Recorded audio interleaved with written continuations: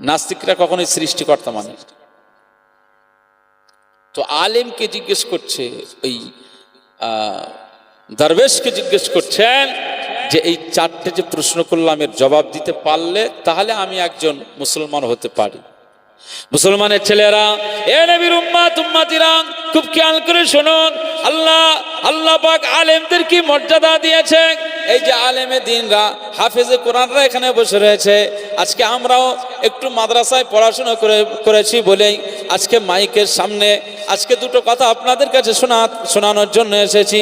তবে ইলম নাই, সেইভাবে আমরা জ্ঞান অর্জন করতে পারি নাই। পৃথিবীতে মউত পর্যন্ত আমরা, আল্লাহ আমাদের হায়াত দিয়ে রাখলে, যতদিন আমরা হায়াতে থাকবো ততদিন পর্যন্ত আমি আব্দুল মুনাইম, আমি ততদিন পর্যন্ত মনে করি যে তালিবুল ইলম, আমি এখনো এলেমের সঞ্চয়, এলেমের পথে রয়েছি, এলেম হাসিলের জন্য রয়েছে।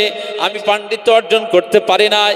এ নবীর উম্মত উম্মতিরা, এই যে ছাত্রগুলো বসে রয়েছে, কোরআনের হাফিজ, কোরআনের পাখিরা, আজকে দিন রাত বিকাল সারা 24 ঘন্টার ভিতরে সময় না ঘন্টা কি ঘন্টা তারা কোরআনের আয়াতের উপরে নজর ফেলে দেয়, জবানে জারি করে দেয়, আয়াতের উপরে বারবার তাকরার লাগায়, বারবার ওই আয়াতটাকে পড়তে থাকে, ওই আয়াতকে বারবার আয়ত্ত করার চেষ্টা করে। একটা আয়াত 3 বার 4 বার 5 বার 6 বার 7 বার 10 বার করে পড়তে থাকে। এই 10 বার তেলাওয়াত করবার পরে আয়াতটা কণ্ঠস্থ করার চেষ্টা করে, সিনাতে ধারণ করে রাখার চেষ্টা করে। এইভাবে কষ্ট করে ওই ছোট বাচ্চাটা যখন এই আয়াতগুলো আয়ত্ত করে আস্তে অর্ধেক পৃষ্ঠা, 1 পৃষ্ঠা 2 পৃষ্ঠা করতে করতে এইভাবে সূরা ফাতিহার পরে সূরা বাকারা, আলে ইমরান শেষ করতে দেখা যায় ওই বাচ্চাটা একদিন সূরা নাস শেষ করে দেয়। যেদিনে নাস শেষ হয়ে যায় ওই দিন থেকে ওই বাচ্চাটাকে সমাজের মানুষ হাফেজ বলে তার পরিচয় দেয়। এই আলেম হাফেজদের মর্যাদা আছে না নেই বলে? তো আলেমের মতো আলেম নাস্তিক প্রশ্ন করেছে, জবাব দেওয়া কঠিন ব্যাপার। ঢিল মেরেছে শরীরে, তো এই ঢিলের আঘাতে যে জায়গায় লেগেছে স্বাভাবিক যন্ত্রণা, ব্যথা, নাস্তিক কিছু না বলে সোজা কাজী সাহেবের দরবারে গেছে, বিচারকের কাছে পৌঁছে গেছে। বিচারকের কাছে এই আলেমের বিরুদ্ধে বিচার দিয়েছে। আমি নাস্তিক, আমার ইচ্ছে মতো আমার প্রশ্ন থাকবে। আমি ওই আলেমটার কাছে প্রশ্ন করেছিলাম, ওই দরবেশটার কাছে প্রশ্ন করেছিলাম, কিন্তু আমার এই প্রশ্নের জবাব উনি না দিয়ে আমার ঢিল মেরেছে, আমার উপর আক্রমণ করেছে। কাজী সাহেব বলে, তাই নাকি? কাজী সাহেব বলে, ঠিক আছে, আলেমকে ডাকা হোক। এই আলেম দরবেশকে ডাকা হলো। কি ব্যাপার, তুমি হঠাৎ এনাকে আক্রমণ করলে? ইনি তোমার কাছে কয়েকটি প্রশ্ন করেছে, তুমি তার জবাবটা দেবে, তা না করে তুমি ঢিল মারলে কেন, আক্রমণ করলে কেন, আঘাত করলে কেন? তোমার এর বিচার হবে, পাল্টা তোমার বিচার প্রক্রিয়া শুরু করে এর শাস্তি তোমাকে পেতে হবে। আলেম সে মুচকে হাসতে লাগে, বলে, বিচারের কথা শুনে হাসো? কিসের বিচার? বলে, এই যে মারলে। ও, তো আমি এই যে মারলাম, এটা তো আমি মারি নাই, এটা মুসলমানের কাজ নয়। অন্যায় ভাবে কাউকে জুলুম করা, অন্যায় ভাবে কারোর উপর আঘাত করা, এটা কোনো মুসলমানের দ্বারাই হতে পারে না। সে পূর্ণাঙ্গ মুসলমান নয় যে করে এরকম। আমার নবীজি এরকম শিক্ষা দেয় না। মুসলমানের ছেলেরা, হে নবীর উম্মত উম্মতিরা, খুব খেয়াল করে শুনুন। কাজী সাহেব বলেন, তুমি যে ঢিলটা ছুড়লে কি কারণে? এই সময় আল্লাহ পাকের ওই আলেম বান্দা, ওই দরবেশটি জবাবে বলতে লাগলেন, ও কাজী সাহেব শুনুন, আমি আল্লাহ পাকের একজন আলেম বান্দা, আমার কাছেও জিজ্ঞেস করলো, তুমি একজন মুসলমান, এই মুসলমান হিসাবে তোমার কাছে আমাকে কয়েকটি প্রশ্ন, তুমি সমাজের একজন আলেম, তুমি একজন দরবেশ মানুষ, তোমার কাছে আমার জিজ্ঞাসা যে যে আল্লাহ সম্পর্কে এই বিষয়টা ধারণা নেওয়ার জন্য আমি জিজ্ঞেস করলাম, প্রশ্ন ছুড়ে দিয়েছিলাম। তো আমি এই আলেম হিসাবে তোমাকে আমি জিজ্ঞেস করলাম, উনি আমাকে জিজ্ঞেস করলেন আল্লাহ সম্পর্কে। তো আমি আলেম হিসাবে আল্লাহর জবাবটা দেওয়ার জন্য আমি এই ঢিলটা ছুঁড়ে দিয়েছি, মারে নাই। ও চারটে প্রশ্ন আমার কাছে করে দিয়েছে।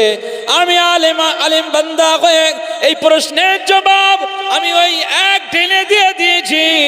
এই ঢিলটা যে ওর শরীরে আঘাত করেছে, আমি আলেম হয়ে বলি আমি ওকে আঘাত করতে চাই নাই, বরং ওর প্রশ্নের প্রতিটি জবাব আমার ঢিলের মধ্যে আমি রেখে দিয়েছি।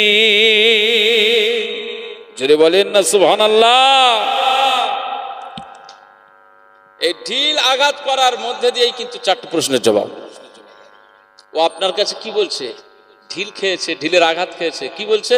যে আমার শরীরে ব্যথা, আমার শরীরে যন্ত্রণা, আমি সহ্য করতে পারছি না। আচ্ছা, ওকে দেখাতে বলেন তো ব্যথাটা কোথায়? ও ব্যথা কি দেখতে পাচ্ছে? এই আপনার শরীরে ব্যথা যন্ত্রণা হলে দেখতে পান? ও তো একটা অনুভবের ব্যাপার, ফিলিংস তৈরি হয়। ও যে বলছে আমার আল্লাহকে দেখা যায় না, সারা জায়গায় বিরাজিত, অথচ সেই আল্লাহকে দেখা যায় না, সেই আল্লাহকে বিশ্বাস করব কেন? ওর শরীরে যে ঢিলটা মারলাম, এই ঢিলের আঘাতে যে ব্যথা যন্ত্রণা, ওই ব্যথার যন্ত্রণাটাকে দেখাতে হবে। যদি দেখাতে পারে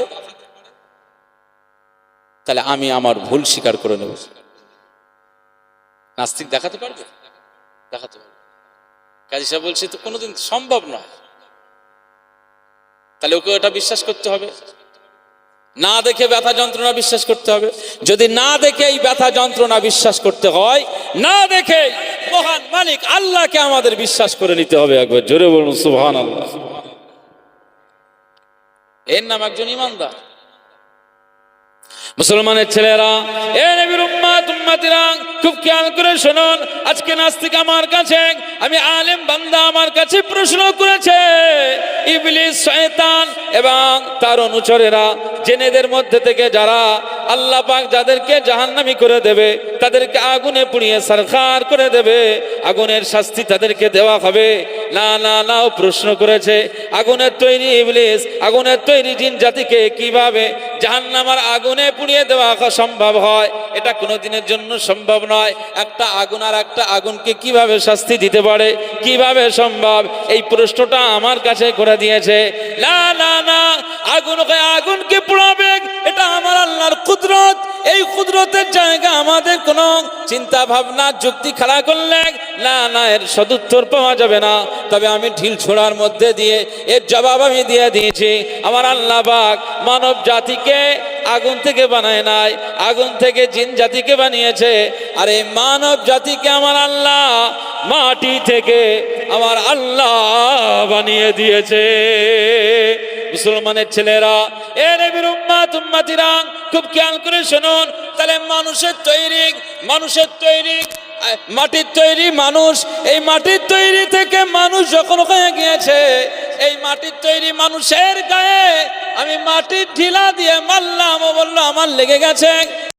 ঢিলা যদি ওর লেগে যায়, তাহলে এটা যদি অনুভব করতে পারে, আমার আল্লাহ পাক আগুনের তৈরি জিন এবং ইবলিসকে আগুনে ফেলে দেবে।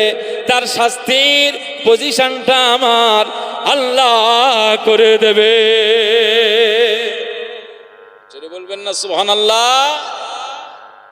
এটা তো আল্লাহ পাকের কুদরত। একজন আলেম কিভাবে জবাব দেন?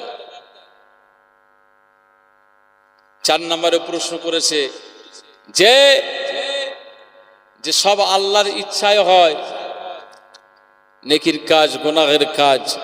সুতরাং নেকির কাজ যখন আল্লাহর ইচ্ছা হয়, গুনাহের কাজও যখন হয়, তখন গুনাহের শাস্তি একজন বান্দাকে পেতে হবে কেন?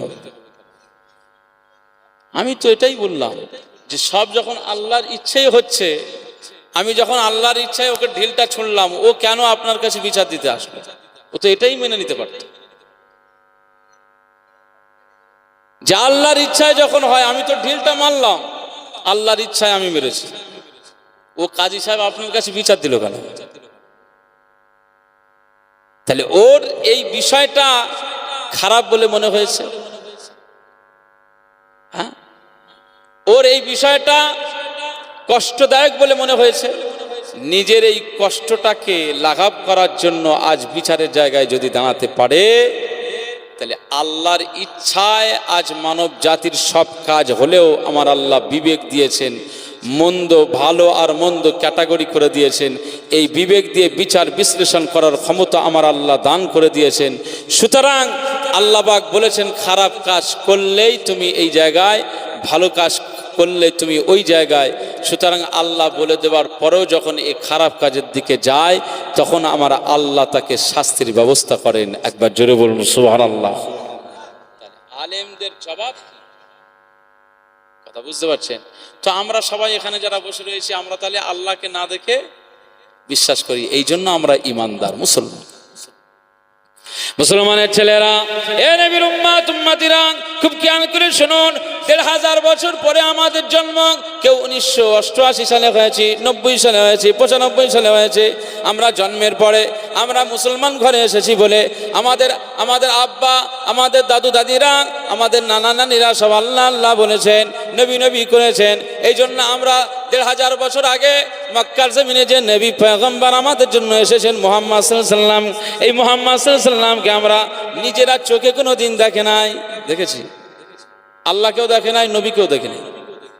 এই না দেখে আমাদের নূর নবীজিকেও বিশ্বাস করে নিয়েছি। এই যে বিশ্বাস করে নিলাম, এর নাম হচ্ছে ইমানদার। একবার জোরে বলুন সুবহানাল্লাহ। মুসলমানের ছেলেরা, এ নবীর উম্মত উম্মতিরা, খুব খেয়াল করে শুনুন। আল্লাহ নবী ঈসা রুহুল্লাহকে আমার আল্লাহ পাক জানিয়ে দেন, এই ঈসা রুহুল্লাহ শোনো, আমি আল্লাহ পাক জানিয়ে দিলাম এই পৃথিবীর জমিনে একজন নবী আসবেন, যে নবীকে আমি আল্লাহ পাক আখিরি নবী করে দেব। সেই আখিরি নবীর নাম হবে মুহাম্মদ সাল্লাল্লাহু আলাইহি ওয়াসাল্লাম, আহমদ সাল্লাল্লাহু আলাইহি ওয়াসাল্লাম। এছাড়া আরো নাম হবে, কখনো তার নাম হবে কাসিম, নাম হবে আকিব, ফাতে। আমি আল্লাহ পাক তার নামের সিফাতি নাম দিয়েছি তাহা, ইয়াসিন, মুজাম্মিল, মুদ্দাসির। এভাবে আমি আল্লাহ পাক আরো সিফাতি নাম দিয়ে দিয়েছি। প্রতিটি সিফাতি নামের এক একটি অর্থ রয়েছে। আমার আকা মাওলা রাসূলুল্লাহ সাল্লাল্লাহু আলাইহি ওয়াসাল্লামকে আমার আল্লাহ এভাবে এক একটা সিফাতি নাম দিয়ে দিয়েছেন। এ নবীর উম্মত উম্মতিরা, খুব খেয়াল করে শুনুন। আমার আল্লাহ পাক ঈসা রুহুল্লাহকে জানিয়ে দেয়, এই নবী ঈসা রুহুল্লাহ আলাইহিস সালাম, আমি আল্লাহ পাক জানিয়ে দিলাম এই আখিরি নবীর উম্মত যারা আসবে দুনিয়ার জমিনে, আমি আল্লাহ পাক তাদের যে শ্রেষ্ঠত্ব দিয়ে দিয়েছি, তাদের যে মর্যাদা দিয়ে দিয়েছি, তাদের এই মর্যাদা আর শ্রেষ্ঠত্ব পৃথিবীর আর কাউকে দেওয়া হয় না। না, আমি আল্লাহ পাক তাদের সামান্য সময়ের ইবাদত, ওই যে 500 বছর আমার এই বান্দার ইবাদত, আমি আল্লাহ পাক এই সামান্য সময়ের উম্মতে মুহাম্মাদীদের ইবাদতের ওজনটা এক পাল্লায় রাখবো। আর এই 500,000 বছর এই সমস্ত বান্দাদের ইবাদত গুলোকে আমি আল্লাহ আর এক পাল্লায় রাখবো।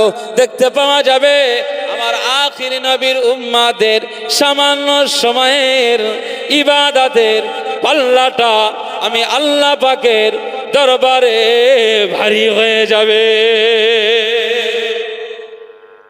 বলবেন না সুবহানাল্লাহ? এই আখিরি নবী উম্মত আমরা হয়েছি, আমাদের শ্রেষ্ঠত্ব আল্লাহ দিয়েছেন, মর্যাদা আমাদের আল্লাহ দিয়েছেন। তো সেই দিনে ঈসা রুহুল্লাহ শপথ নিয়েছেন, আল্লাহ আমাকে যদি নবী না করে ওই আখিরি নবীর উম্মত করতেন আমি খুশি হয়ে যেতাম। জানেন পৃথিবীর জমিনে অনেক নবী পয়গম্বররা আল্লাহর কাছে দোয়া চেয়েছিলেন এই নবীর উম্মত হওয়ার জন্য, কিন্তু কোন নবীর দোয়া আল্লাহ কবুল করে নাই।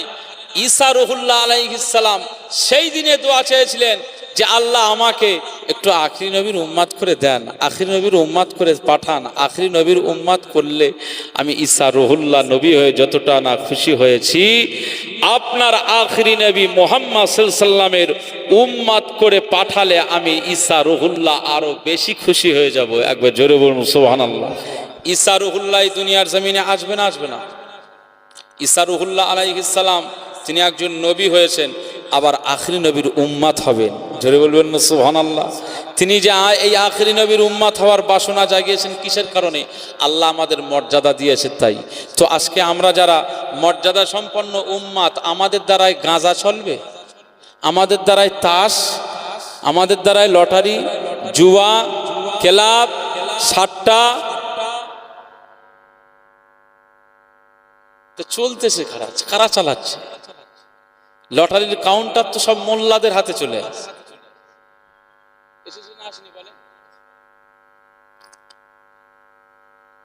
ও তো লটারির কাউন্টার খুলেই তো বিসমিল্লাহ বলে আল্লাহ পাকের দরবারে দোয়া চাচ্ছে যে আল্লাহ আমার এই ব্যবসা আল্লাহ বরকত দাও।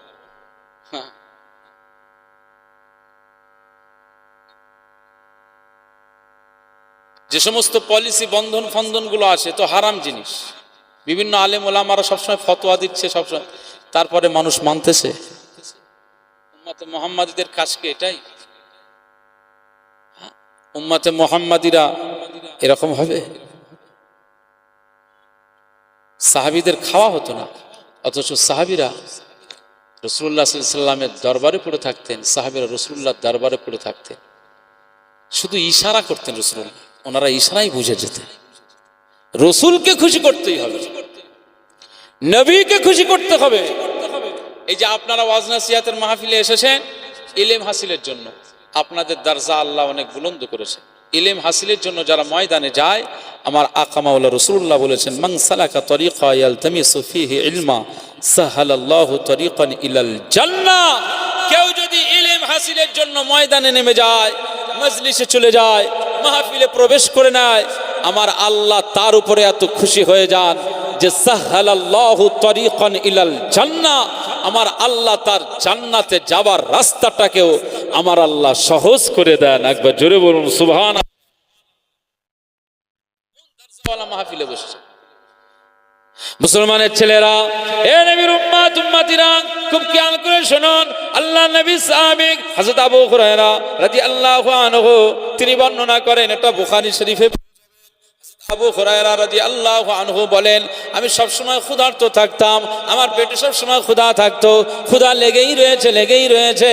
না তখন সাহাবীরা অত ধনী মানুষ ছিল না, আমাদের মতো এত উন্নত মানের ঘর বাড়ি তাদের ছিল না, এত উন্নত মানের খাবার তাদের ছিল না, কোথায় রেস্টুরেন্ট, এত হাইফাই রেস্টুরেন্ট তাদের নজরে ছিল না।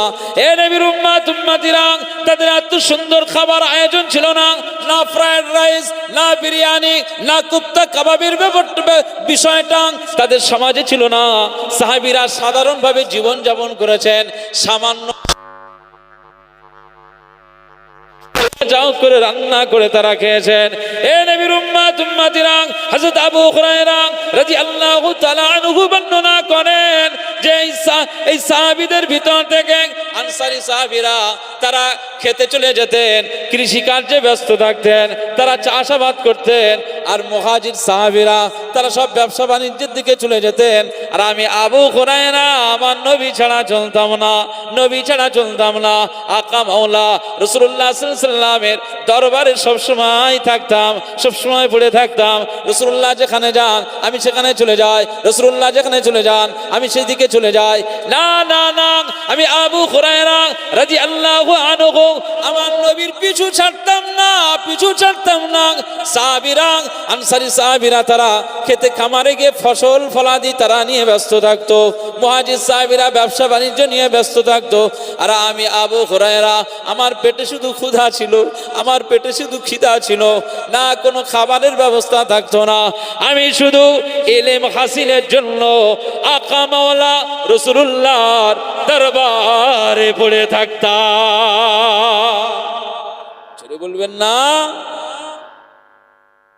হাদিস, তারিখুল হাদিস পড়বেন, সর্বাধিক উসুলে হাদিস পড়বেন, সর্বাধিক হাদিস বর্ণনাকারী সাহাবীর নাম কি? রেজাল্ট হবে, আনসার হবে হযরত আবু হুরায়রা।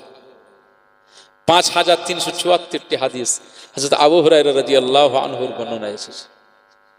যত কিতাব আছে, মুআত্তা ইমাম মালিক থেকে শুরু করে, দালাইলুন নবুওয়া থেকে শুরু করে, বুখারী, মুসলিম, সুনানে আবু দাউদ, তিরমিজি থেকে শুরু করে, এই সব কিতাবগুলো খুঁজলে সব কিতাবের ভিতরে হযরত আবু হুরায়রার বর্ণনা পেয়ে যাবেন। একবার জোরে বলুন সুবহানাল্লাহ।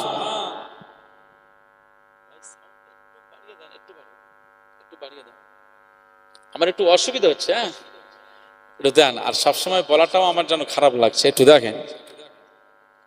তো আবু হুরায়রা রাদিয়াল্লাহু আনহু ইলম হাসিলের জন্য পড়ে থাকতেন। কিতাব বলছে বুখারী শরীফ রিওয়ায়াত, হযরত আবু হুরায়রা রাদিয়াল্লাহু আনহু কখনো ক্ষুধার তাড়নায় নিজের পেটে পাথর বেঁধে ঘুরত। এত অভাবই ছিল, এত কষ্টের মধ্যে ছিল, তারপরেও তিনি শুধু ইলম হাসিলের জন্য, হাদিসকে সংগ্রহ করে রাখার জন্য, নূর নবীজির জবান মুবারকের এই কথাগুলো, এই বক্তব্যগুলোকে সিনাতে রেকর্ড করার জন্য, ধারণ করে রাখবার জন্য সব সময় মুস্তাফার পিছনে পিছনে যেতেন।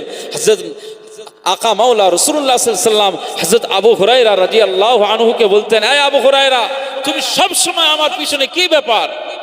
ইয়া রাসূলুল্লাহ, হাবিবাল্লাহ, বিয়াদবি ক্ষমা করবেন, আমি আপনার সাথে সব সময় থাকতে ভালোবাসি, কারণ আপনার পিছন এই জন্যই রয়েছি, আমি শুধু জাস্ট আপনার মোবারক নুরানি জবানের এই কথাগুলোকে আমি আমার সিনাতে রেকর্ড করে রাখার জন্য সব সময় আপনার পিছনেই পড়ে থাকি, যাতে করে আপনি যেখানেই যান, কোন পরিস্থিতি, কোন পরিবেশে কি বলে ফেলবেন আমাদের কারো শোনা হবে না, সেটা বেকার হয়ে যাবে।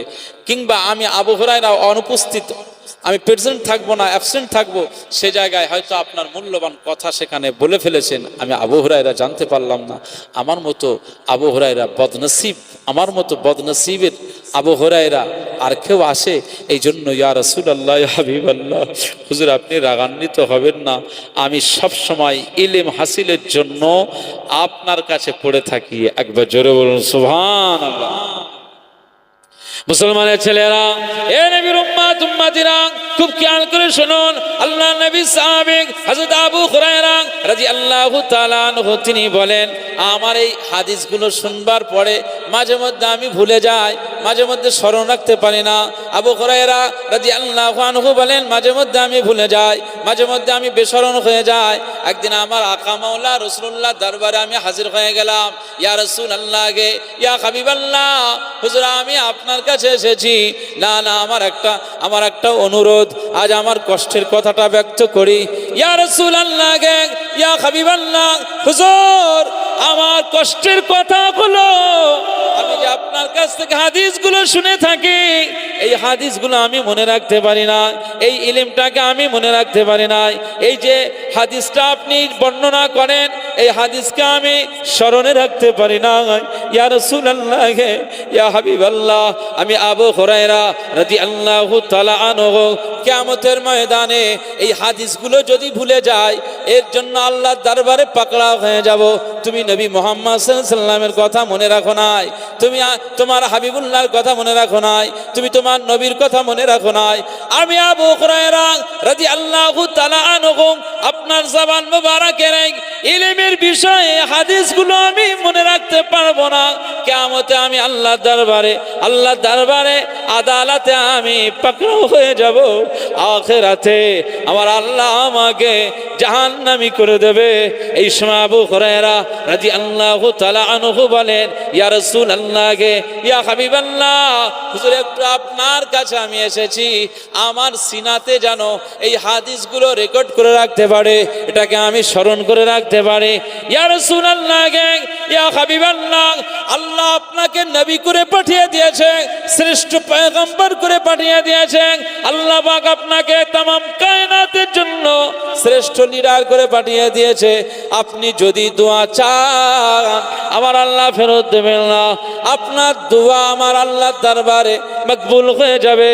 ও আমার নবী, ও আমার রাসূল, ও আমার আকা মাওলা, আমি আবু হুরায়রা রাদিয়াল্লাহু তাআলা আনহু জানিয়ে দিলাম, ও আমার নবী একটু আমার জন্য দোয়া করো, আমার জন্য একটু দোয়া করো, আমি আবু হুরায়রা জানো হাদিসের হাফেজ হয়ে যায়।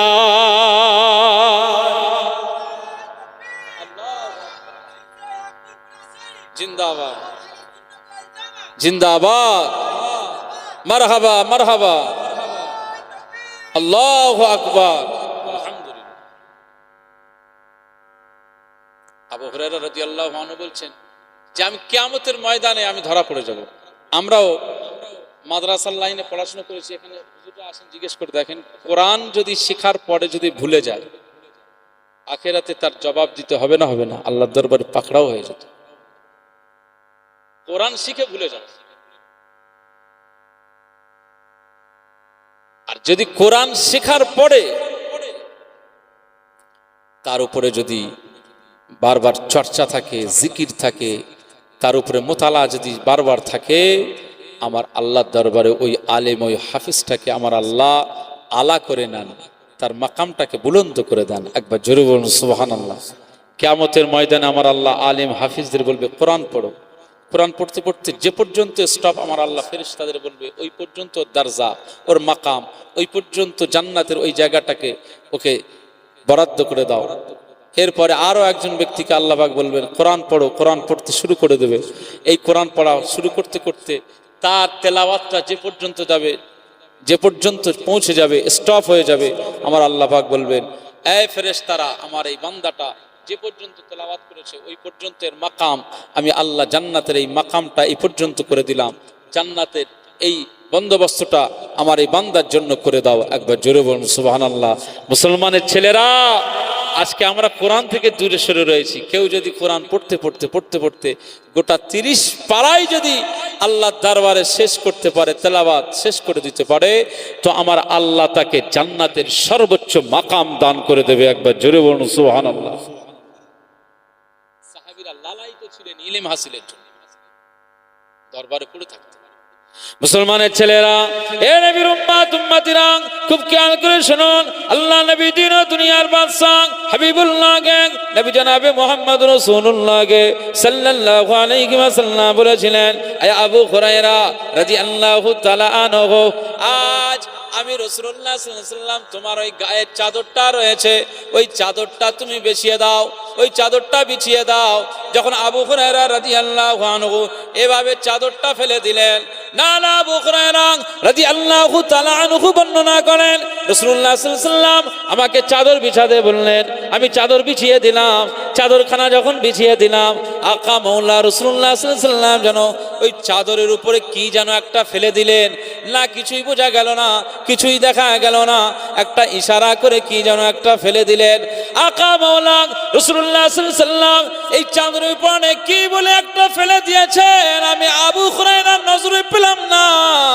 এরপরে আমার আকা মাওলা রাসূলুল্লাহ সাল্লাল্লাহু আলাইহি ওয়াসাল্লাম আমি আবু হুরায়রা রাদিয়াল্লাহু তাআলা আনহুকে বললেন, এ আবু হুরায়রা, এই নাও চাদরটা নিয়ে গায়ে দিয়ে দাও, গায়ে দিয়ে দাও, গায়ে দিয়ে দাও। হযরত আবু হুরায়রা বর্ণনা করেন, আকা মাওলা রাসূলুল্লাহ সাল্লাল্লাহু আলাইহি ওয়াসাল্লামের হাতের স্পর্শ লাগার পরে ওই চাদরটা এত বরকতওয়ালা চাদর হয়ে গেল।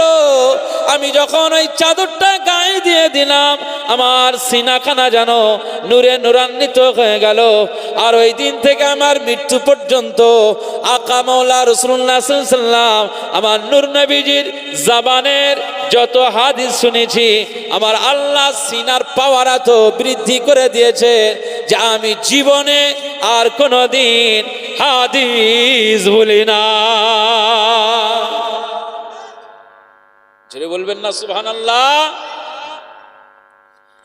আমাদের পীরজাদা রাকিবুল আজিজ বাখতিয়ারি ভাইজানের নাম জানেন তো? ওনার দাদু জান ছিলেন মাজরাইট পীর সাহেব, মাজরাইট পীরডাঙ্গা দরবার শরীফের পীর আল্লামা হযরত মাহমুদ বাখতিয়ারি রহমাতুল্লাহ মাজরাইট পীর সাহেব। আবার ওনার আব্বাজান ছিলেন মুজাদ্দিদুজ্জামান দাদা হুজুর পীর কেবলা রহমাতুল্লাহ আলাইহির সুযোগ্য খলিফা, ফুরফুরা ফাতিহা টাইটেল মাদ্রাসার সুপারিনটেন্ডেন্ট ছিলেন আল্লামা আব্দুল হামিদ শাহ জালালি রহমাতুল্লাহ আলাইহ, কানখুলি মাজার শরীফ, মেটিয়াবুরুজ বা সন্তোষপুর। তো ওই জায়গায় আল্লামা আব্দুল হামিদ শাহ জালালি রহমাতুল্লাহ আলাইহের সাহেবজাদা হচ্ছেন পীর আল্লামা মাহমুদ বাখতিয়ারি রহমাতুল্লাহ,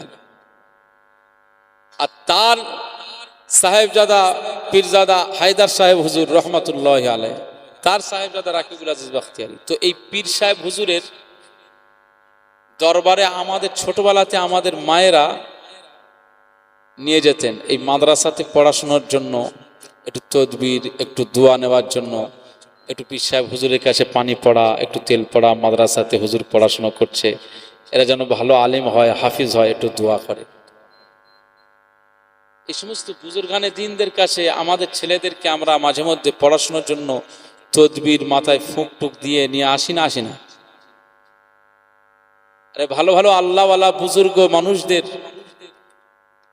আল্লাহ এত ক্ষমতা দিয়েছেন, তাদের জবানের এই ফুটা, তাদের আমলের পাওয়ার, এই ফুঁকটা, এই আমলের পাওয়ারটাকে আমার আল্লাহ একটা বাচ্চার জন্য বরকত হিসাবে কবুল করে নেন। জোরে বলবেন না সুবহানাল্লাহ। অনুনাজ্জিলু মিনাল কুরআনি মা হুয়া শিফাউন ওয়া রাহমাতুন লিল মুমিনিন। আল্লাহ কোরআন নাযিল করেছেন মুমিনদের জন্য। এই কোরআনের সব আয়াতগুলো কি করেছেন? শেফা করে দিয়েছেন।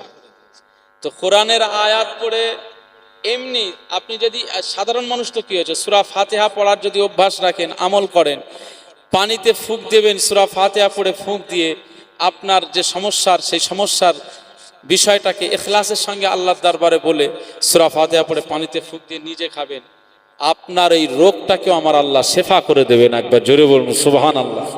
কোরআনের আয়াতগুলোকে আমার আল্লাহ শেফা করে দিয়েছে। তো আমাদের এই কোরআন, এই আলেম হওয়া, হাফিজ হওয়ার পিছনে মনে রাখতে হবে পীর মাশায়েখদের দোয়া আছে। আমাদের মা আব্বাদের যেমন দোয়া, পীর মাশায়েখদের দোয়া রয়েছে।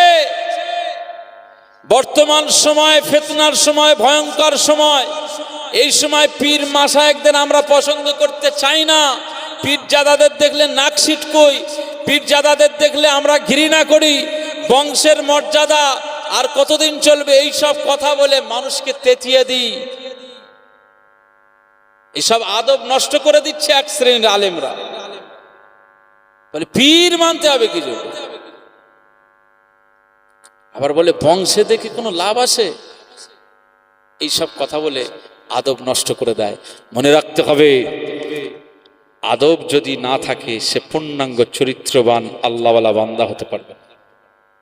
এই দরবারে ফুরফুরা শরীফ থেকে আজকে পীর আল্লামা ওমর সিদ্দিকী চাচাজান হুজুর পীর কেবলা এখানে আসছেন।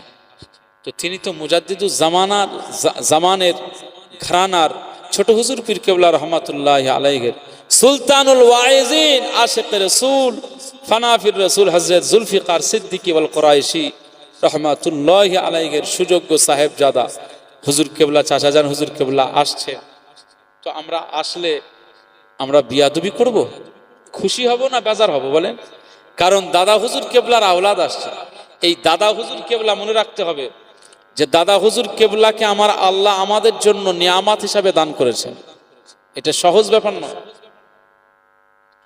বাংলার জমিনের একটা সময় ছিল যে পিরিয়ডে নাম কেওয়াস্তে মানুষ মুসলমান ছিল কিন্তু ধুতি পরতো, নাম কেওয়াস্তে কালেমা পড়নেওয়ালা মুসলমান দাবি করত, কিন্তু সেই সময় বাড়িতে কলের গান দিত, মনসা পূজা দিত। মানুষ নাম কেওয়াস্তে মুসলমান, তারা আল্লাহ বলে মানত, কিন্তু ইসলামের সমস্ত কালচার, শিষ্টাচার, এই সমস্ত বিষয়গুলো কোনো মানুষ জানতো না, বুঝতো না। নাম কেওয়াস্তে মুসলমান, সে একটা মুরগি জবাহ করতে হয় কিভাবে সেটাই সে জানতো না। এই বাংলার জমিনে আমার আল্লাহ মুজাদ্দিদুজ জামান আবু বকর সিদ্দিকী ওয়াল কুরাইশি রহমাতুল্লাহ আলাইহিকে আমার আল্লাহ বড় দারসাওয়ালা নিয়ামত করে দিয়েছেন। একবার জোরে বলুন সুবহানাল্লাহ। মুসলমানের ছেলেরা, এ নবীর উম্মত উম্মতিরা, খুব খেয়াল করে শুনুন। বাংলা, আসাম, ত্রিপুরা আর ঝাড়খণ্ড, বাংলাদেশের জমিনকে আমার আল্লাহ পাক না দাদা হুজুর পীর কেবলা মুজাদ্দিদুজ জামান আমিরুল শরিয়াত আল্লাহ হযরত দাদা হুজুর পীর কেবলা রহমাতুল্লাহ আলাইহির মাধ্যমে এই বাংলার সব মানুষদের ইমানের ঘরগুলোকে সাজানোর জন্য, মানুষকে হিদায়াতের পথ দেখানোর জন্য আমার আল্লাহ আবু বকর সিদ্দিকীকে দান করে দিয়েছেন। ওনার আম্মাজান মুহাব্বাতুন নিসা রহমাতুল্লাহ আলাইহা বলেন, আমাকে স্বপ্নে দেখানো হয় আবু বকর সিদ্দিক রহমাতুল্লাহ আলাইহি, আমার বেটা আবু বকর বড় হওয়ার সাথে সাথে আমি ইংলিশ মিডিয়ামে পড়াতে দিয়েছিলাম, কিন্তু আমাকে স্বপ্নে দেখানো হয় মা তোমার আবু বকরকে ইংলিশে পড়াবে না, বরং আবু বকরকে আমার আল্লাহ পাক বাংলার একজন হুদা করে পাঠিয়ে দিয়েছেন, ইমামুল হুদা করে পাঠিয়ে দিয়েছেন, আমিরুল শরিয়াত করবে, মুজাদ্দিদুজ জামান করে দেবেন। ও মুহাব্বাতুন নিসা, না না না, আপনার আবু বকরকে আমার আল্লাহ পাক এই জামানার আমিরুল শরিয়াত করে দিয়েছে। জোরে বলবেন না সুবহানাল্লাহ। সেই মুজাদ্দিদুজ জামান আবু বকর সিদ্দিকী রাহমাতুল্লাহি আলাইহিকে আমার আল্লাহ ইশারা করে আম্মাজানকে বলছে, ইংলিশ মিডিয়ামে নয়, তো উনি ওখান থেকে তুলে নিলেন, উইথড্র করে নিলেন, ওখান থেকে সীতাপুর মহাসিনিয়া মাদ্রাসাতে ভর্তি করলেন। সীতাপুর মাদ্রাসা থেকে পড়াশোনা করার পরে মুজাদ্দিদুজ জামান হুগলি মহাসিনিয়া মাদ্রাসাতে পড়াশোনা করলেন। এরপরে বিভিন্ন উস্তাদদের কাছ থেকে দার্স নিল, তাফসিরের জ্ঞান, হাদিসের জ্ঞান অর্জন করার পরে উনি যখন হজ পাকে গিয়েছিলেন, এই হজ পাকে যাওয়ার পরে মদিনাতুল মুনাওয়ারাতে গিয়ে মুজাদ্দিদুজ জামান আবু বকর সিদ্দিকী আল কুরাইশি রাহমাতুল্লাহি আলাইহি তিনি 40টা হাদিসের কিতাবের সনদ অর্জন করেছিলেন। একবার জোরে বলুন সুবহানাল্লাহ। কত বড় মাপের একজন বিচক্ষণ আলেম হিসাবে আমার আল্লাহ দান করে দিয়েছে।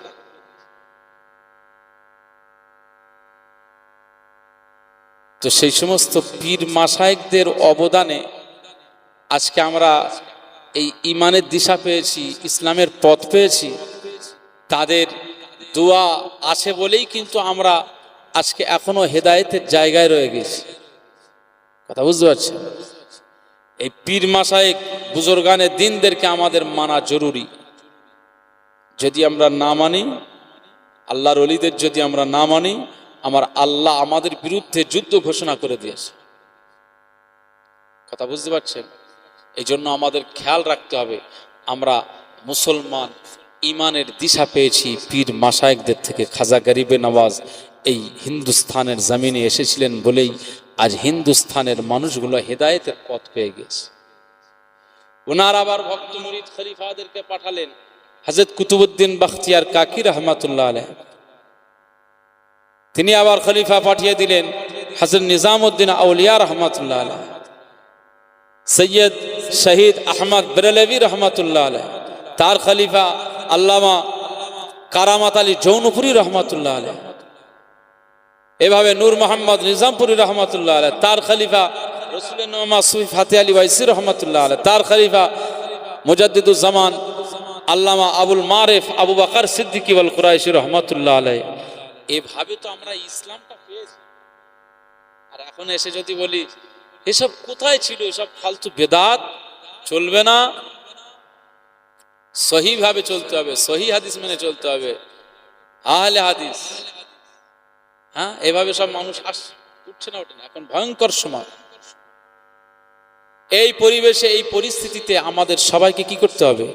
আল্লাহকে খুঁজতে হবে, আল্লাহকে সন্তুষ্টির লক্ষ্যে এগিয়ে যেতে হবে। সময় পার হয়ে যাচ্ছে, পার হয়ে যাচ্ছে। মুসলমানের ছেলেরা, এ নবীর উম্মত উম্মতিরা, খুব খেয়াল করে শুনুন। আমি শুরুতেই বলছিলাম, আমার সমস্ত নবীগণেরা আল্লাহকে পাওয়ার জন্য নিজেদের বডিটা ঝুঁকিয়ে দিয়েছিলেন, নিজেদের কপাল মুবারকটা সিজদায় ফেলে দিয়েছিলেন। দীর্ঘদিন ধরে তারা আল্লাহর জন্য সিজদা করে দিয়েছিলেন। এই সিজদা আল্লাহর দরবারে কবুল হয়ে গিয়েছে। না না না না, সমস্ত নবী পয়গম্বরদের ঈমানওয়ালা উম্মতেরা তারা আমার আল্লাহর দরবারে সিজদায় পড়ে গিয়েছেন, তাদের এই শরীরটা ঝুঁকিয়ে দিয়েছিলেন, তাদের এই ইবাদতটা আমার আল্লাহর দরবারে কবুল হয়ে গিয়েছিলেন। আকা মাওলা রাসূলুল্লাহ সাল্লাল্লাহু আলাইহি ওয়াসাল্লামকে আমার আল্লাহ আখিরি নবী করে দিয়েছেন। এই আখিরি নবীর উম্মত আমরা যারা হয়ে গিয়েছে, সাহাবীদের দিকে ফলো করুন। না না, সাহাবীরা তাহাজ্জুদ গুজার হয়ে গেছিলেন, তারা আল্লাহর জন্য নিজেদের জীবনটা কুরবান করে দিয়েছিলেন, তারা তাদের বডিটা ঝুঁকিয়ে দিয়েছিলেন, তারা তাদের কপাল মুবারকটা সিজদায় ফেলে দিয়েছিলেন। ইমাম হাসান রাদিয়াল্লাহু আনহু তিনি বলেন, আমার আম্মা জান ফাতেমা রাদিয়াল্লাহু তাআলা আনহা আমার আল্লাহ পাকের জন্য সারা রাত তিনি জেগে জেগে সময় কাটাতেন। আল্লাহর দরবারে তিনি কি করতেন? না আমি ইমাম হাসান রাদিয়াল্লাহু তাআলা আনহু জানিয়ে দিলাম, আমার আম্মা জান ফাতেমা রাদিয়াল্লাহু তাআলা আনহা সারা রাত ধরে আমার আল্লাহর সিজদায় মশগুল হয়ে যেতেন। এই সারা রাত ধরে তিনি নামাজে জিকিরি মশগুল হয়ে যেতেন। আর ফজরের সময় আমার আম্মা জান গভীর রাতে ফজরের আগে তিনি এত কান্না কাঁদতেন, এত রোনাজারি করতেন। আমি ইমাম হাসান রাদিয়াল্লাহু তাআলা আনহু আমার আম্মা জানের কান্না দেখে আমিও সহ্য করতে পারতাম না, এত কাঁদতেন, এত কাঁদতেন।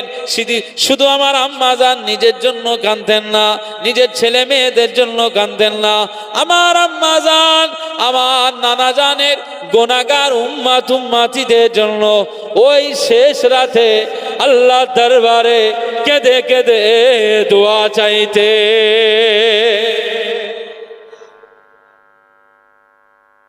জোরে বলবেন না? আম্মাজান ফাতেমা রাদিয়াল্লাহু তাআলা আনহা এই গুনাহগার উম্মতদের জন্য কাঁদতেন, গুনাহ মাফের জন্য।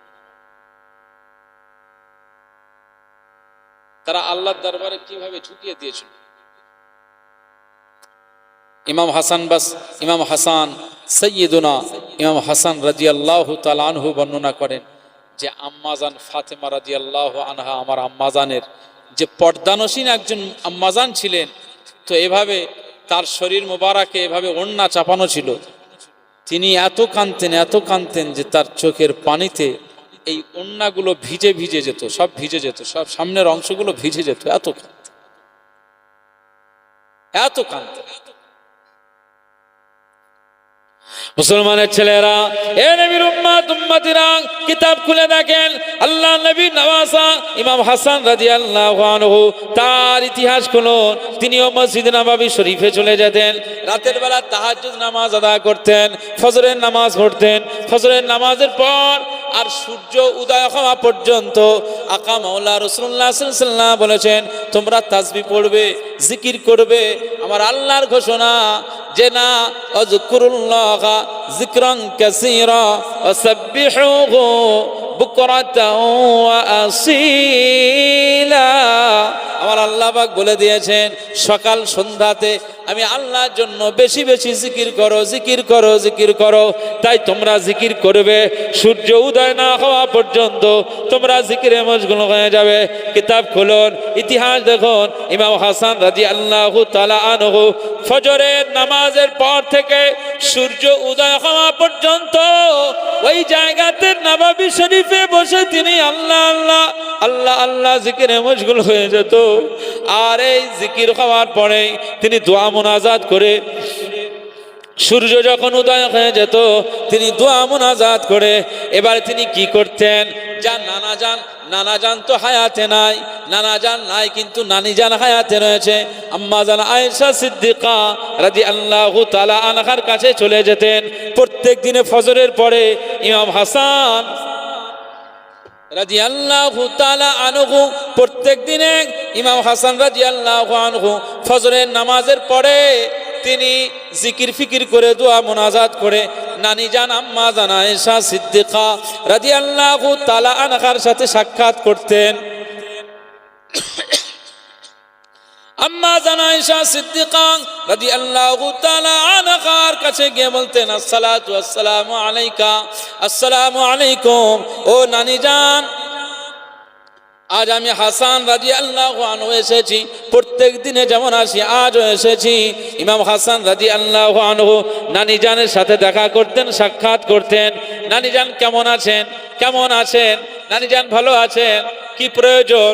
না, এই সময় আম্মা জান আয়েশা সিদ্দিকা রাদিয়াল্লাহু তাআলা আনহা ইমাম হাসান রাদিয়াল্লাহু আনহুর মাথায় হাত দিয়ে বলতেন, না, তোমার নানা জান তোমাদেরকে ভালোবাসতেন, তোমার নানা জান নাই, কিন্তু তোমার নানি জানকে তোমরা ভুলো নাই। নানা জান চলে গেছে তো কি হয়েছে?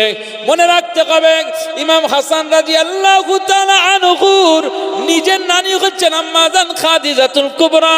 ওনার তো রওজা মুবারক মক্কাতুল মুকাররমায় রয়েছে, কিন্তু আম্মা জান আয়েশা সিদ্দিকা রাদিয়াল্লাহু তাআলা আনহা তিনি তো নিজের নানি হন না, কিন্তু তারপরেও ইমাম হাসান রাদিয়াল্লাহু তাআলা আনহু তিনি নিজের নানির মতো মনে করতেন, একেবারে নিজের নানি বললেই হয়। এভাবে প্রত্যেক দিনে ফজরের নামাজের পরে তিনি জিকির ফিকির করে নানির সাথে দেখা করতেন। আগে নূর নবীজির দরবারে সালাম জানাতেন, নানা জানের দরবারে সালাম জানিয়ে আসসালাতু আসসালামু আলাইকা ইয়া রাসূলুল্লাহ গে ইয়া হাবিবাল্লাহ, নানা জান আপনার হাসান আপনার কাছে হাজির হয়ে সালাম জানায়। এ নবীর উম্মত উম্মতিরা খুব খেয়াল করে শুনুন, আকা মাওলা রাসূলুল্লাহ সাল্লাল্লাহু আলাইহি ওয়াসাল্লাম বলেন, কেউ যখন আমার রওজাতে এসে সালাম জানায়, আমি কামলিওয়ালা রওজার ভিতর থেকে তার সালামের জবাব দিয়ে দিই।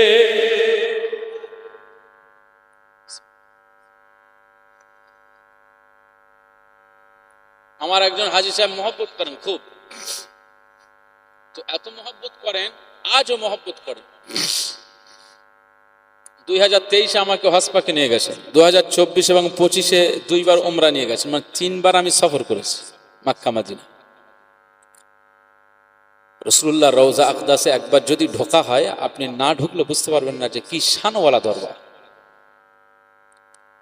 সারা জীবন এখান থেকে দরুদ শরীফ পড়ি, আল্লাহুম্মা সাল্লি আলা সাইয়্যিদিনা মাওলানা ওয়া আলা আলি সাইয়্যিদিনা মাওলানা। আর সারা জীবন আমরা দাঁড়িয়ে ইয়া নবী সালামু আলাইকা পড়েছি। সারা জীবন মুয়াজ্জিনের কণ্ঠের আওয়াজ আশহাদু আন্না মুহাম্মাদার রাসূলুল্লাহ।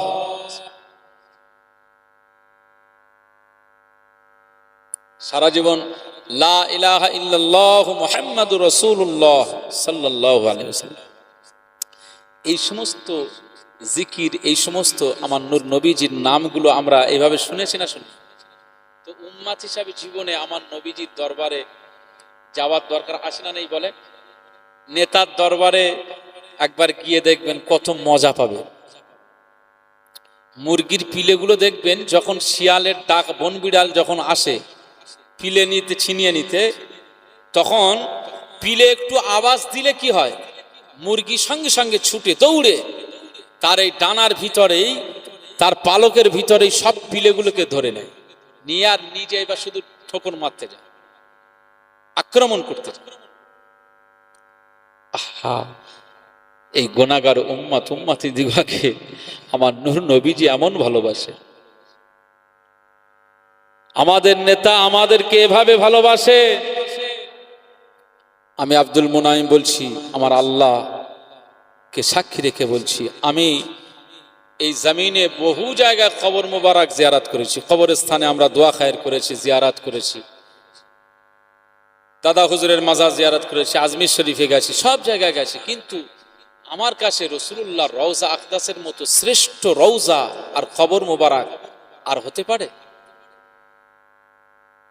মুসলমানের ছেলেরা,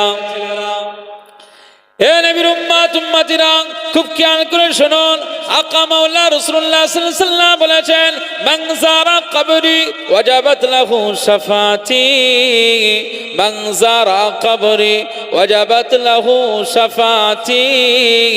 যে আমার কবর মোবারক জিয়ারত করে, আমি রাসূলুল্লাহ সাল্লাল্লাহু আলাইহি ওয়াসাল্লাম জানিয়ে দিলাম, আখিরাতে আমার ওই উম্মতের জন্য আমার সুপারিশ করাটা ওয়াজিব হয়ে যায়। জোরে বলেন না সুবহানাল্লাহ। মুসলমানের ছেলেরা, এ নবীর উম্মত উম্মতিরা, খুব খেয়াল করে শুনুন, বাবু সালাম দিয়ে ঢুকতে হয়, বাবু সালাম দিয়ে সব হাজিরা ঢুকেছে। Bangladesh, Pakistan, German, Japan, Jordan, Indonesia, চীন আর বিভিন্ন দেশের মানুষ, আমরা ভারতীয়রা, আমরা সব একসঙ্গে। সেখানে সবার একটাই পরিচয়, আমরা নেতার কাছে গোলামের হাজির হয়ে গেছি। এখানে নেতার সাথে আমাদের দেখা সাক্ষাৎ, কে বাংলাদেশি কে ভারতীয় সব ব্যাপার নয়, সবাই আমরা উম্মাত, কে পরিষ্কার আর কে কালোটা ব্যাপার নয়। এ নবীর উম্মাত উম্মতিরা, আকা মাওলা রাসূলুল্লাহ সাল্লাল্লাহু আলাইহি ওয়াসাল্লামের দরবারে ঢুকবার সাথে সাথে সবার চোখ দিয়ে কম বেশি পানি গড়িয়ে যায়, আর সবার চোখ দিয়ে পানি গড়িয়ে যায়। সবার জবানে শুধু আসসালাতু আসসালামু আলাইকা ইয়া রাসূলুল্লাহ ইয়া হাবিবাল্লাহ, এইভাবে সবাই সালাম জানায়, সবাই সালাম জানায়। আর এইভাবে সব আস্তে আস্তে হাঁটতে থাকে। ওখানে পুলিশ থাকে, পুলিশ কিন্তু আপনাকে বেশিক্ষণ দাঁড়িয়ে থাকতে দেয় না, ঝরঝর করে কাঁদতেছে, পুলিশ ঠেলে দেয়, তবুও সে যেতে চায় না, আর নেতার কাছে দাঁড়িয়ে থাকতে চায়, তা গোলাম হিসাবে নেতার কাছে দাঁড়িয়ে থাকতে চায়। আমার মতো গুনাহগার আব্দুল মুনাইম আজ আমার নেতার কাছে গিয়ে মনে হলো না না না, আমার নেতার কাছে আমি হাজির হয়ে গিয়েছি, আমার মনে হলো জানো দুনিয়ার অন্য কোনো জায়গায় আমি দাঁড়িয়ে নেই, আমার আকা মাওলা রাসূলুল্লাহর কাছে আমি জানো জান্নাতের ভিতরে ঢুকে গেছি। যদি বলবেন না,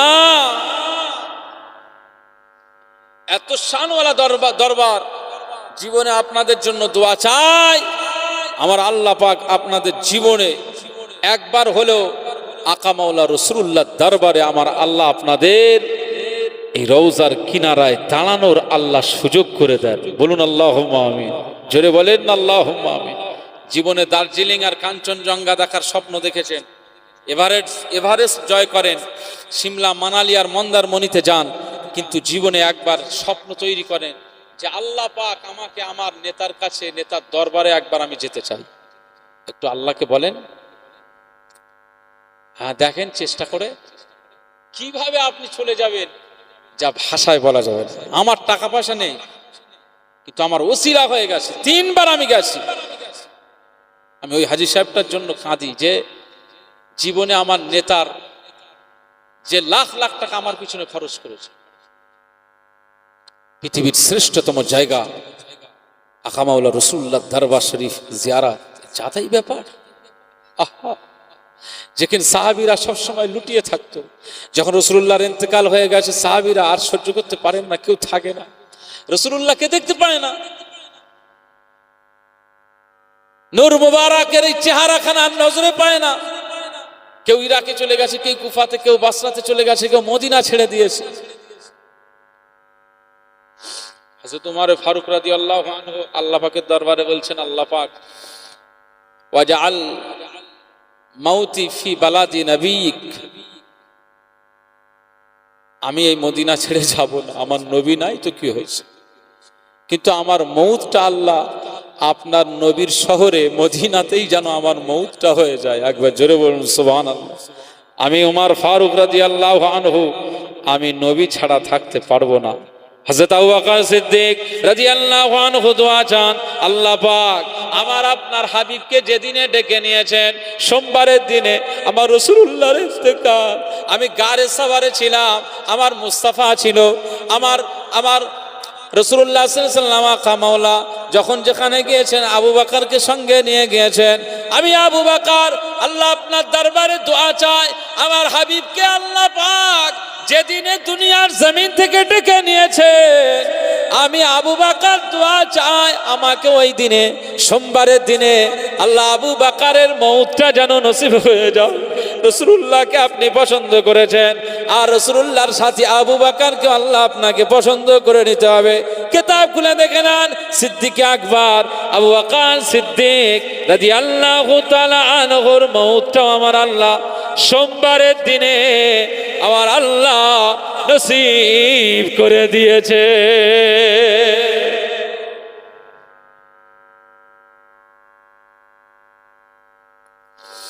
মুসলমানের ছেলেরা, এ নবীর উম্মত উম্মতিরা, খুব খেয়াল করে শুনুন, আকা মাওলা রাসূলুল্লাহ সাল্লাল্লাহু আলাইহি ওয়াসাল্লামের বয়স 63 বছর হয়ে গেছিল।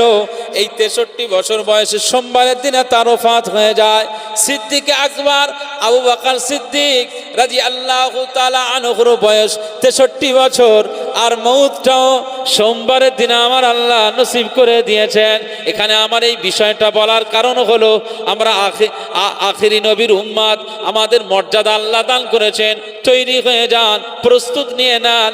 আই লাভ মোহাম্মদ ব্যানারটা নিয়ে আমরা ছেলেরা লাগিয়েছি, আলহামদুলিল্লাহ ঠিকই, কিন্তু আমরা আমার নবীজির সুন্নাতটা যদি চরিত্রের মধ্যে বাস্তবায়ন করতে পারতাম, আমরা যদি আশহাদু আন্না মুহাম্মাদার রাসূলুল্লাহ মুয়াজ্জিনের এই কণ্ঠের আওয়াজ শোনার পরে পরে হাইয়া আলা সালাহ যখন বলে, এই যুবক যারা ব্যানার টাঙিয়েছি এরা যদি আমরা মসজিদের কাতারে ভিড় করে দিতাম, এই জামানায় যে অশান্তিগুলো দেখা যায়, এই জামানায় যে অশান্তিগুলো দেখতে পাওয়া যায়, এই জামানায় যে গজবগুলো দেখতে পাওয়া যায়, না না না, আজকে উম্মতে মুহাম্মাদি আমরা যদি আকা মাওলা রাসূলুল্লাহর অনুসারী হয়ে যেতাম, আমরা যদি আল্লাহকে পাওয়ার জন্য কাতারের पैरवी করতাম, সালাতের पैरवी করতাম, জিকিরের पैरवी করতাম, তাসবিহ দানার पैरवी করতাম, না না, এই জামানায় আমার আল্লাহ পাক গজব দিত না, বরং এই অশান্তির মধ্যে আমার আল্লাহ আসমান থেকে রহমত নাজিল করে দিত।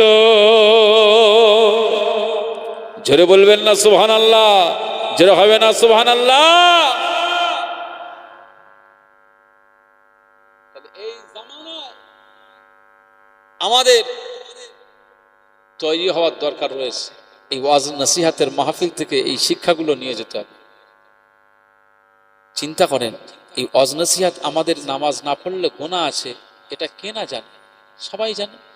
কিন্তু এই মাহফিলে বসলে এই বারবার বিষয়টাকে আরো উপস্থাপন করা হয়, বারবার এটাকে স্মরণ করা হয়, বারবার এই বিষয়গুলো যখন উপস্থাপন করা হয় তখন হৃদয় একটা দাগ কেটে যায়। এই হৃদয় একটা যখন দাগ কেটে যায় তখন মনে হবে যে না, সব ছেড়ে ছুড়ে দিয়ে এবার একটু ভালো হয়ে যায়, একটু বান্দা হয়ে যায়, একটু রাসূলুল্লাহর উম্মত হয়ে যায়। এইভাবে চলার আমাদের সকলের চেষ্টা। তখন এই ওয়াজের মাহফিল থেকে আমার আল্লাহ হেদায়েতের একটা দরওয়াজা খুলে দেন। একবার জোরে বলুন সুবহানাল্লাহ। এই জন্য ওয়াজের মাহফিল। আল্লাহ পাক আমাদের সবাইকে আল্লাহওয়ালা, মুত্তাকি, পরহেজগার, নূর নবীজির আশিক উম্মত হওয়ার আমার আল্লাহ সুযোগ করে দেন। বলুন আল্লাহুম্মা আমিন। একটু মহব্বতের সঙ্গে দরুদ শরীফ আল্লাহুম্মা।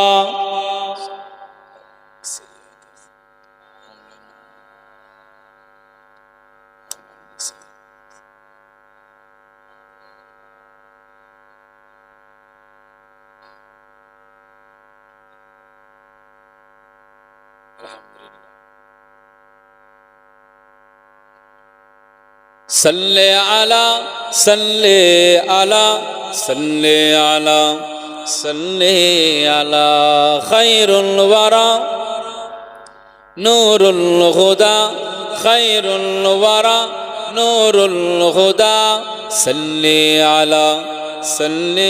अला शम्सुद्दुहा बदरुद्दुजा शम्सुद्दुहा बदरुद्दुजा सल्ले अला सल्ले अला सल्ले अला। সবাই বলেন सल्ले अला सल्ले अला सल्ले अला सल्ले अला सल्ले अला सल्ले अला। या मुस्तफा सदरल उला या मुस्तफा सदरल उला सल्ले अला सल्ले अला सल्ले अला सल्ले अला।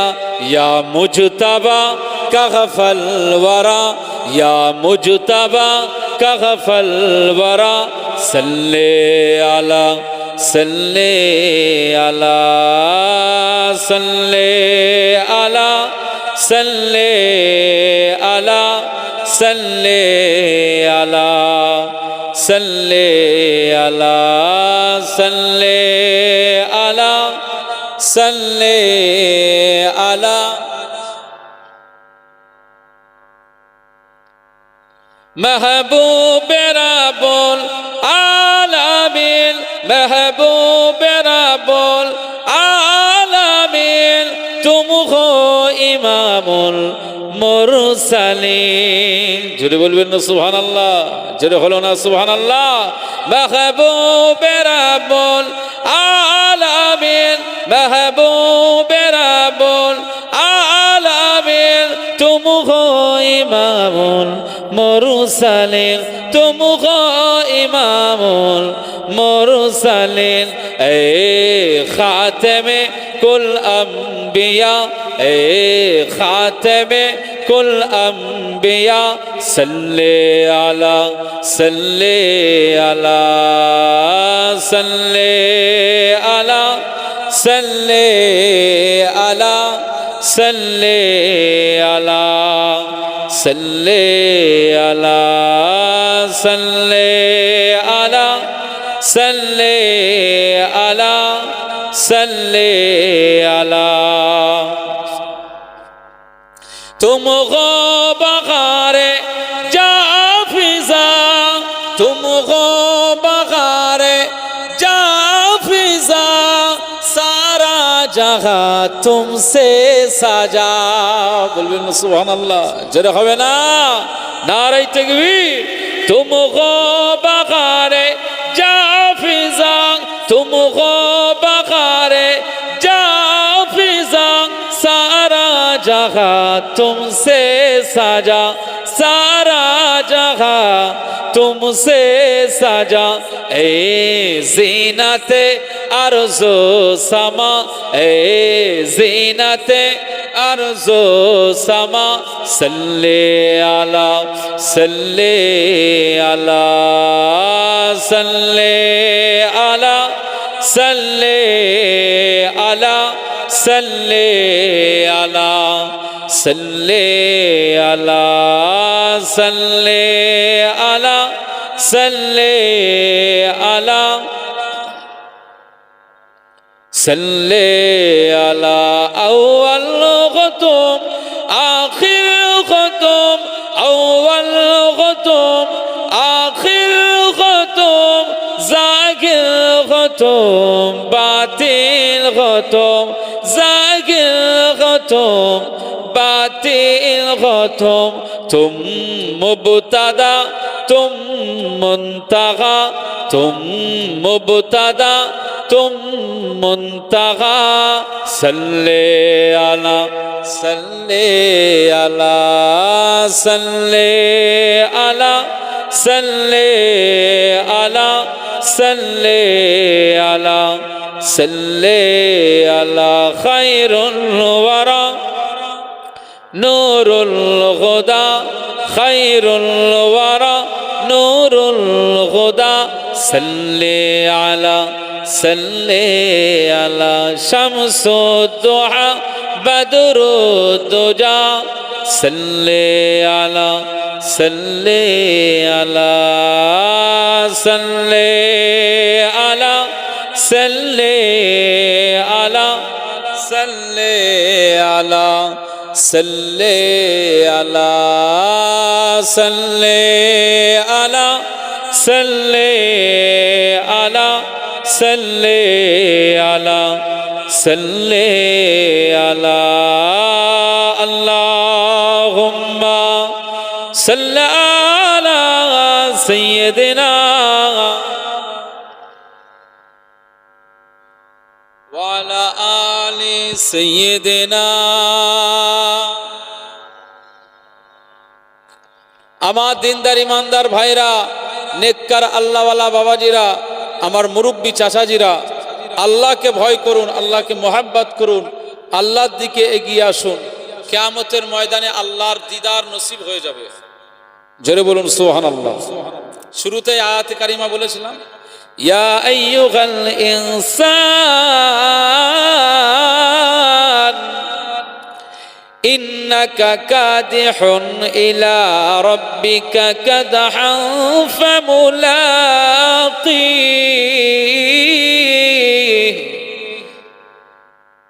আল্লাহ দিদার হয়ে যাবে সেই দিনে আমাদের হিসাব হবে কি হবে فأما من أوتي كتابه بيمينه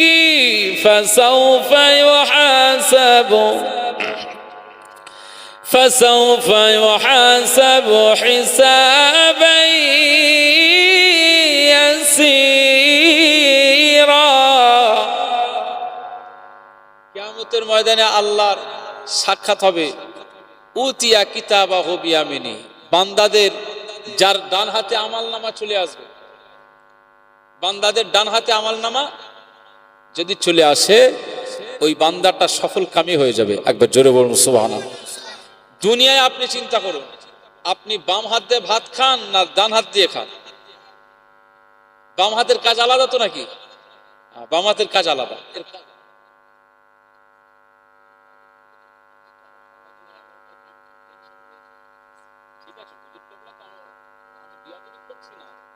আশা পর্যন্ত আছে, কিন্তু ডান হাতের কাজগুলোই ভালো থাকে। এই সাধারণভাবে কন্ডাক্টর কোনো, আমি বাসে দেখেছি, সে টিকিট কাটার জন্য টাকা নিল ডান হাতে, যে প্যাসেঞ্জার ডান হাতে টাকা নিয়েছে আর টিকিটটা বাম হাতে দিচ্ছে।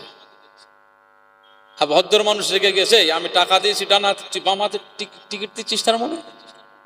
তার মানে বাম হাতটা, এটা দুটো হাতই সমান, কিন্তু এর কাজ আমার আল্লাহ আলাদা করে দিয়েছে। এটা দিয়ে টিকিট দেওয়াটা একটা মানুষের কাছে যেন অপমান বলে মনে হয়েছে। কথা বুঝতে পারছেন না? আজকে আমি আপনাকে যদি বাম হাতে টাকা দিই, দোকানদারের টাকা দিই, সে দোকানদারও রেগে যায়, তাই না? ডান হাতের কাজটা ভালো। فَأَمَّا مَنْ أُوتِيَ كِتَابَهُ بِيَمِينِهِ বলুন আল্লাহু আকবার, বলুন আল্লাহুম্মা আমিন। মুসলমানের ছেলেরা, এ নবীর উম্মত উম্মতিরা, খুব খেয়াল করে শুনুন, কিয়ামতের ময়দানে আমার আল্লাহ পাক যখন সাক্ষাৎ হয়ে যাবে, প্রতিটি বান্দা বান্দির জন্য আমার আল্লাহ দরজা খুলে দেবে। যার ডান হাতে আমলনামা দিয়ে দেবে, যার ডান হাতে আমলনামা দিয়ে দেবে, যার ডান হাতে আমলনামা দিয়ে দেবে। আবার আল্লাহ পাক বলে দিয়েছেন, ফাসাউফা ইউহাসাবু হিসাবান ইয়াসীরা। কিয়ামতের ময়দানে যখন আমাদের আমলনামা, আমাদের সার্টিফিকেট যখন ডান হাতে দিয়ে দেওয়া হবে, না না না, আমার আল্লাহ পাক বলে দিয়েছেন এদের হিসাবটা সহজ হয়ে যাবে, এদের হিসাবটা আসানের সঙ্গে হবে, এদের সহজভাবে আমি আল্লাহ বিচার আর ফয়সালা করে দেব। আল্লাহ পাক বলেন, ফাসাউফা ইউহাসাবু হিসাবান ইয়াসীরা, হিসাবটা সহজভাবে হয়ে যাবে। যাদের হিসাব সহজভাবে হয়ে যাবে, কিয়ামতের ময়দানে ওই বান্দা বান্দিগুলোকে আমার আল্লাহ জান্নাতি বানিয়ে দেবে।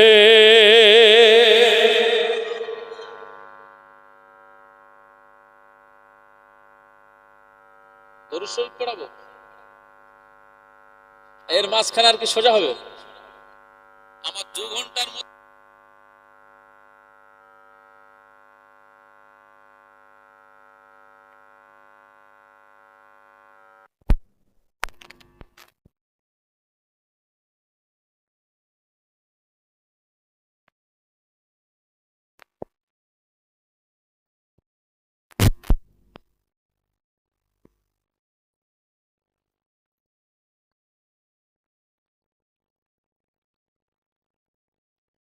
রিকোয়েস্ট অনুযায়ী আমি একটু নাতটা পড়ছি। এদিকে মাইকের সাউন্ড সিস্টেমও তৈরি হচ্ছে, আর আমি একটু মায়ের শানে একটু নাশিদটা গাইছি, শুনবেন তো ইনশাল্লাহ? ইনশাল্লাহ। আজ কোথায় মা চলে গেলে, আজ কোথায় মা চলে গেলে, তুমি কেন ডাকো না মায়, তুমি কেন ডাকো না মায়, তুমি কেন ডাকো না মায়, ও সোনা সোনা বলে, আজ কোথায় মা চলে গেলে, আজ কোথায় মা চলে গেলে, আজ কোথায় মা চলে গেলে, আজ কোথায় মা চলে গেলে। সবার সেরা তুমি মাগো, তোমার তুলনা হয় না গো। বলবেন না সুবহানাল্লাহ? সবার সেরা তুমি মাগো, না হয় না গো। গর্ভে 10 মাস মাস রেখে দিলে কত যন্ত্রণা সহিলে। আহা, মা কত কষ্ট করেছেন। যাদের মা নাই কবরে চলে গেছেন তাদের বেশি কষ্ট হবে, দেখবেন। গর্ভে 10 মাস রেখে দিলে কত যন্ত্রণা সহিলে। অভিমান করে আছো কেন মা, অভিমান করে আছো কেন মা, এত কষ্ট দিলাম বলে। আজ কোথায় মা চলে গেলে, আজ কোথায় মা চলে গেলে। তুমি কেন ডাকো না আমায়, তুমি কেন ডাকো না আমায়, ও সোনা সোনা বলে। আজ কোথায় মা চলে গেলে, আজ কোথায় মা চলে গেলে। কাঁদলে তুমি নিয়েছো কোলে, দুষ্টু হলেও দাওনি ফেলে। বলবেন না সুবহানাল্লাহ, জোরে হবে না? বাচ্চা কাঁদে, মারও কোলে নাই। যতই দুষ্টু হোক কোলের উপর থেকে মা ফেলে দেয়? দেয় না। মায়ের মন আল্লাহ দান করেছে। কাঁদলে তুমি নিয়েছো কোলে, দুষ্টু হলেও দাওনি ফেলে। তোমার দেওয়া দুধের ফোঁটায় আজ আমার বেড়ে ওঠা। তোমার দেওয়া দুধের ফোঁটা আজ আমার বেড়ে ওঠা। পৃথিবীটা শূন্য লাগে, পৃথিবীটা শূন্য লাগে। ও মা তুমি নাই বলে, আজ কোথায় মা চলে গেলে, আজ কোথায় মা চলে গেলে। তুমি কেন ডাকো না আমায়, তুমি কেন ডাকো না আমায়, ও সোনা সোনা বলে। আজ কোথায় মা চলে। এই বন্ধ করেন এটা।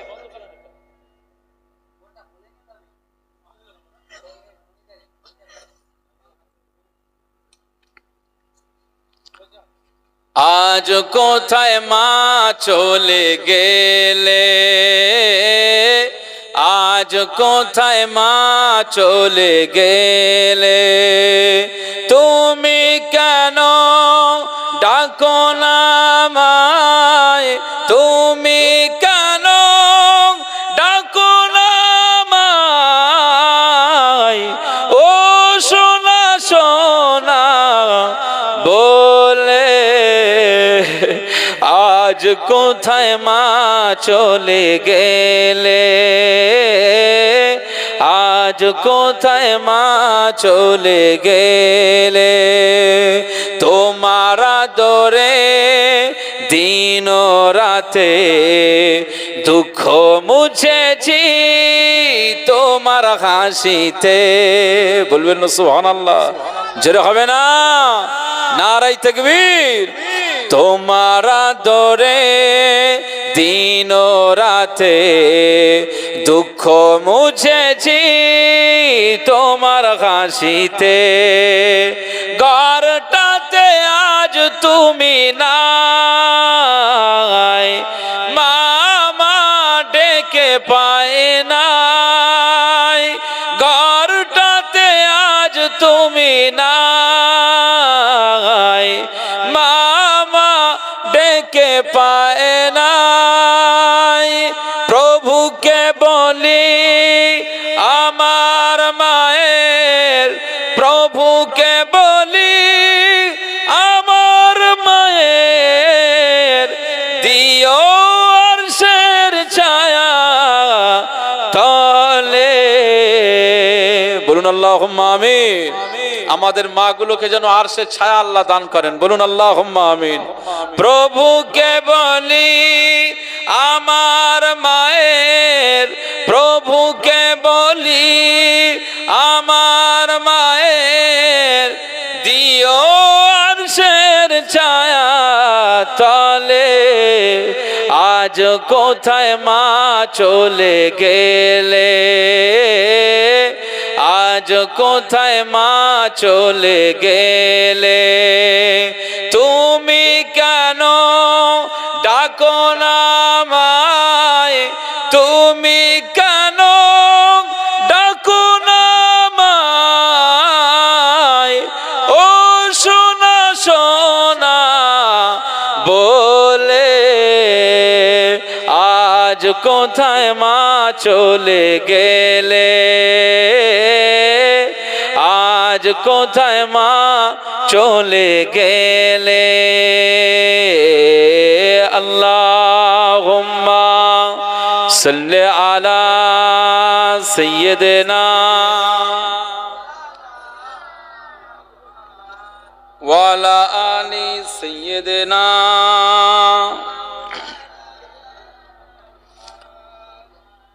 আমার সেই হাওড়া ডিস্ট্রিক্টে আমতার ওখানে জলসা আছে 11টায়, তো যেতে হবে। এইবারে হুজুর কেবলা তো আসছে না, খুব টেনশনে। তো এবারে ওখানে দেরি হলে কমিটিরা কি বলবে, টেনশনে থাকবে। সব জায়গায় সমস্যা হয়। চাচাজান হুজুর কেবলা কখন আসবেন বলুন তো? ইমাম সাহেব হুজুরকে দিয়ে তো একটু করে নেওয়া যেতে পারে। মশিউর ভাই, চাচাজান হুজুর, আচ্ছা ঠিক আছে। বাইকে, ও আচ্ছা, বাড়িতে আছে। আচ্ছা আলহামদুলিল্লাহ। যাও, হুজুর কেবলা আসছেন, আমাদের মাঝে উপস্থিত হয়েছেন। তাহলে একটু তাকবীর দেন, নারায়ে তাকবীর। সবাই উচ্চ আওয়াজে তাকবীর দেন, নারায়ে তাকবীর।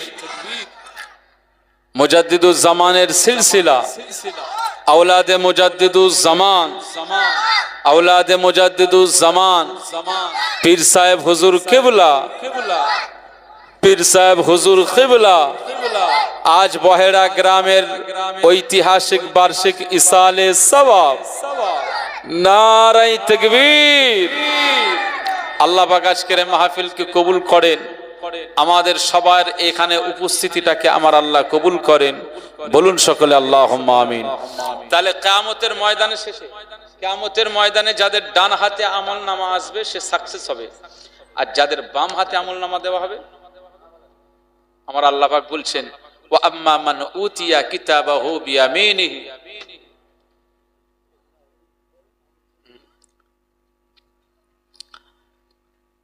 আমার আল্লাহ পাক বলেছেন ওয়া আম্মা মান উতিয়া কিতাবাহু ওয়ারা'a যহরিহি ফাসাওফা ইউহাসাবু।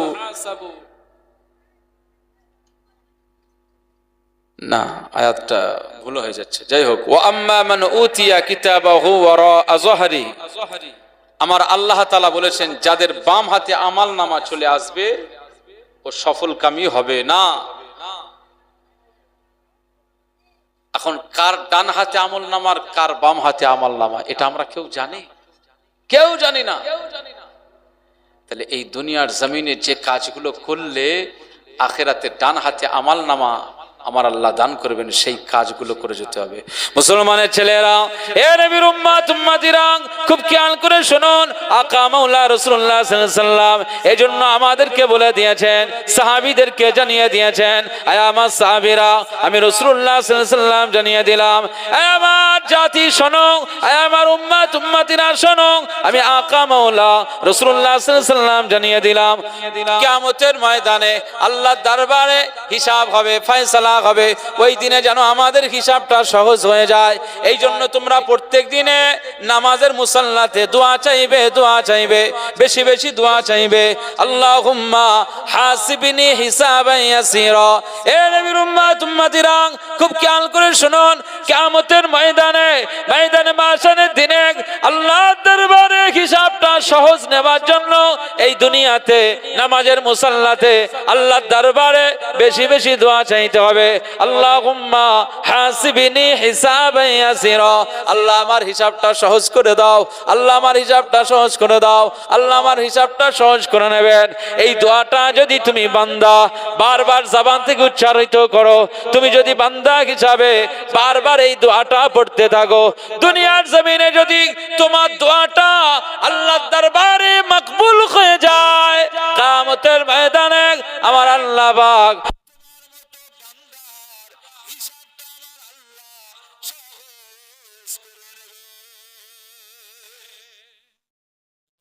সুবহানাল্লাহ।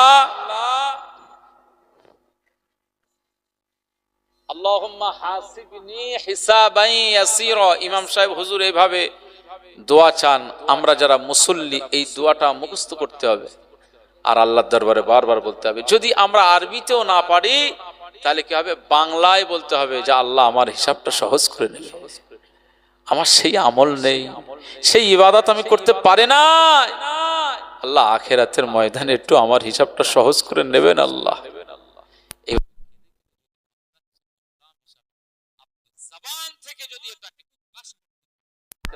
সকলে দাঁড়িয়ে যান, সকলে দাঁড়িয়ে যান। নারায়ে তাকবীর।